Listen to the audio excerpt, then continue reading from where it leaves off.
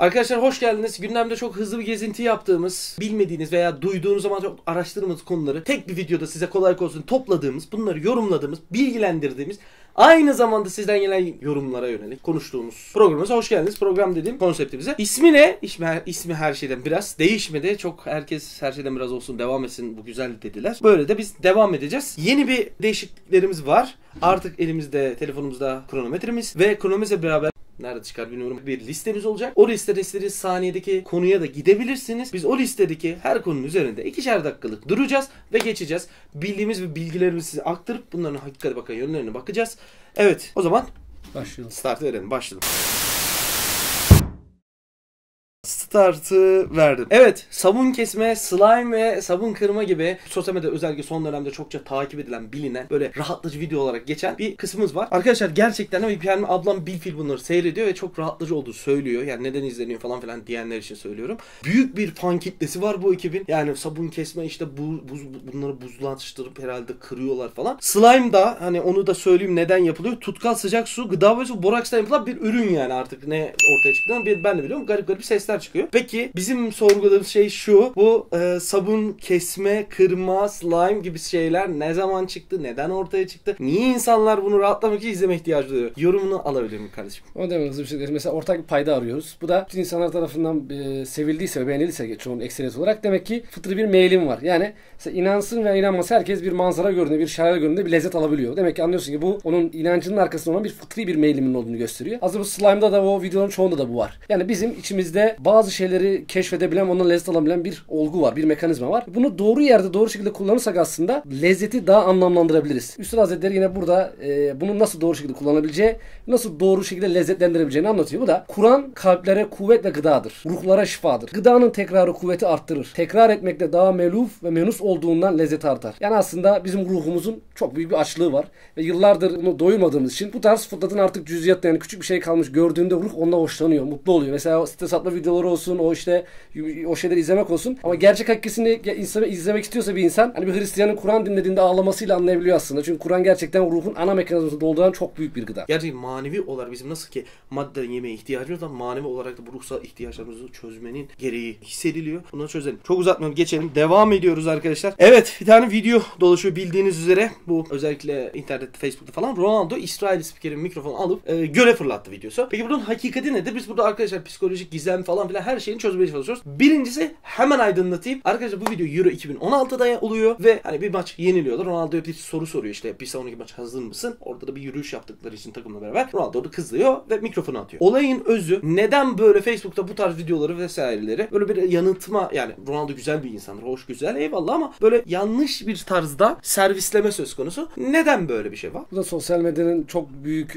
yararları olduğu gibi zararlarından bir tanesi. Çünkü bu asırda insanlar çok fazla araştırmaya yönelemiyorlar. Çünkü sabır kuvvetimiz çok dağıtıldı. Burada ne görüyoruz? Yani İslam'ın yani bizim Müslüman olarak bizim tahkik ehli olmamız, araştırmamız lazım. Doğru bilgiyi ulaştırmamız lazım. Yani bunu görüp bir de kendi duygu ve düşüncelerimizi aktarıyorsa değil mi? Müslüman için nedir? Bir Müslüman olmayan birinin İsrailli bir insana karşı yapmış olduğu bir şey, orada bir tepki gösteren bizi mutlu ediyor. Hemen o kendi düşüncesini ortak onu da paylaşmak istiyor. Ne lazım? Bizim bunun arkasını görmemiz lazım. Yani bu haber doğru mu, yanlış mı? Ne anlatmaya çalışıyor? Hatta bir tane arkadaşım bana bir kandil mesajında başkasının mesajını kopyalamıştırmış. Adam aynı ismi de atmış. Facebook'ta ve Twitter'da özellikle gerçekten arkadaşlar yalan haber çok dolaşıyor. Bu da insanlar arasında böyle bir sabırsızlığa falan yönlendiriyor. Ben sana şöyle bir şey anlatayım sadece. Mesela Fenerbahçe'ler sevmez değil mi? Valbuena'yı sever, Aykut Hocam'ı sevmez. Genel itibariyle söylüyorum sadece. Küçük bir çoğunluk var. Burada ne var? İnsanların kafasında işte yeni teknik direktörü doldurmak için Valbuena'nın anlaşımını falan. Bu reklamlar aslında insanların sabrını azaltmak için, Fenerbahçe'nin ilgisini çekmek için. Yani aslında sana istediğin şeyi sunuyor. Doğrusunu sunmuyor. Buna dikkat etmek lazım. Bu da sabrı azaltıyor ve birlik ve beraberliğimize sıkıntı getirip hale getirebilir. Devam ediyorum. Maradona. Evet, Maradona'nın Dünya Kupası'ndaki halleri arkadaşlar. Başlangıçta bir böyle ayılıyor bayılıyor. Ondan sonra işte maçta bir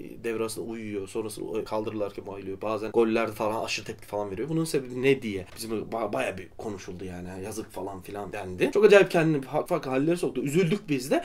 Buna hakkında yorumun nedir kardeşim? Bu şey zamanında külli aslında bir hakikat bu da. Dünyaya mal olmuş bir insan ve dünyaca tanınan bir insan. Ama artık futboldan uzaklaştığı için yani teknik direktörlük falan yaptığı için eskisi gibi gündemde değil. Dünya Kupası da tekrar bütün dünya gündeminde olan bir platform olduğu için burada kendini göstermesi lazımdı. Bunları neden yapıyor? Bunun aslında içeriğine. İnsanlarda bir kere o makama, ünlülüğe ulaştıysa onu kaybetmek istemiyor. Ona karşı bir aşk, sevgi oluşuyor. Bunun için hatta birçok insanlarda görüyorsunuz. Sanatçı ama artık sanatını yapamıyor. Farklı şeylerle gündeme gelmeye çalışıyor. Doğru olması yani bu yapılan insanlar tarafından beğenilme veya insanlar beni tanısın, sevsin, beni takip etsinler, bilsinler diye hakikat ne? Nasıl yapılması lazım? Şurada Üstad Hasbinallah ve nimel vekil ayetinden diyor ki sana hayatı veren hayy kayyume göre hayata bak. Bunda bir saniye, bir anda olsa Mars ilahi dairesinde bir an yaşaması kafidir. Uzun süre, uzun zaman istemezsin. Aslında bu da hani bağımlılık gibi. İnsanların beğenisi, hoşlanması falan gibisinden. Bu çok klişe olabilir ama çok güzel ifade ettin. Yani bu hayata nasıl bakmalıyız? Bu noktadaki bu bağımlılıktan nasıl kurtulmalıyız? Çok net. Yani biz hayata bakıyorsak baktığımız zaman bakış açımız hayy kayyuma yani hayatı falan Allah'a göre bakmak lazım. Yani bunu nasıl yaratmış, niçin yaratmış, ne amacıyla yaratmış, yani hayat gayemize falan bulmamız lazım. Bu aslında o bizim bağımlılığımızdan kurtarır gibi düşünüyorum. Yani çok kısa matematikte de zaten öyle. Çünkü biz kimleri ne kadar sevdirsek de bunların hepsi ölecek. Dünya da ölecek ama her daim olan işte o zat-ı hayy kayyum ve her daim olacak bir zata kendimizi sevdirebilirsek bir an daha olsa yani o bizden razı olursa işte bunu külli anlamda tamamlamış oluruz. O yüzden yani bir insan yaratıldığında bunu arıyor ya işte ibadetle, duayla bunu kavuşmaya çalışıyor. İnşallah evet. Kavuşabiliriz. İnşallah. Devam edelim. Şimdi en rahat bölüme geçiyoruz. Rahat bölümden kastım yorum kısmınız arkadaşlar. Yorumlarınıza geçen bir programda hatırlarsanız şey demiştik. Arkadaşlar bize yorumlarınızı atın. Sizin hayatınızı en çok değiştirdiğini düşündüğünüz veya hayatta böyle ana edindiğiniz yorumlar veya sözler, özlü sözler nelerdir demiştik. Hatırlarsınız. Bunları cevaplarını biz aldık. Atmışsınız. Allah razı olsun cümlenizden. Bunları da sizlerle hepinizle paylaşacağız. Ki bu şekilde bir bilgi birikimi, bilgi yığını oluşmuş olacak. Belki üzerine küçük yorum yapabiliriz ama genel anlamda bilgi birikimi çok güzel sözler var çünkü. Yapmış olacağız. Devam ediyorum o zaman. Evet. Şahsenem kardeş. Allah birdir. Başka şeylere müracaat edip yorulma. Onlara tezellül edip minnet çekme. Onlara temellük edip boyun eğme. Onların arkasına düşüp zahmet çekme. Onlardan korkup titreme. Çünkü sultan-ı kainat birdir. Her şeyin anahtarı onun yanında. Her şeyin dizgini onun elinde. Her şey onun emriyle halledilir. Onu bulsan her madobunu buldun. Hadsiz minnetlerden, korkulardan kurtul. İnanılmaz bir tevekkül hakikati yani. Allah'a sığındığımız zaman aslında dünyadaki her şeyden korunabileceğimizin. Muhteşem bir ders ya. Evet. Tırtıl öldüm demiş. Allah hayır kelebek yarattım demiş. Selametle demiş bir kardeşimiz. Osman Nuri Topbaş'ta nasıl kullanıcısı evladım hayatın öyle güzel değerlendir ki yarın öleceksin deseler programında değişiklik yapmayasın sözünü paylaşmış. Şey ama çok güzel değil mi? Mesela her daim biz Müslüman olarak telkinat yapıyoruz ya kardeşim ya ölürsek. O da demiş ya zaten öyle yaşayacaksın ki programda bir değişiklik olmayacak bu sözü duyunca. Ölecekmiş gibi. Devam ediyorum. Ahmet kardeşimiz maddi hayata meyledenler için hayat deniz suyu içmeye benzer. İçtikçe susarlar, susadıkça içerler. Gerçekten de doyurmuyor hayat. En sevdiğim ve tefekkür ettiğim söz sonsuz olmayan özgür de olamaz. Ben dersin net olduğunu düşünüyorum. Bir de şunu okumak istiyorum. Bir an evvel amellerinize davranınız. Çünkü önünüzde karanlık gecelerden kopmuş parçalar gibi fitneler vardır ki Ademoğlu öyle fitneler hengamında dinini azıcık bir dünyalık mukabilinde satar da mümin olarak sabahlamışken kafir olarak akşamlar. Mümin olarak akşamlamışken kafir olarak sabahlar. Ahir zaman alametler. Evet. Diyor ya iman yani kor ateş gibidir. O zaman da tutmak çok zor. Çok güzel bir ders almış bu kardeşimizin. Ben kesinlikle paylaşmak istiyorum.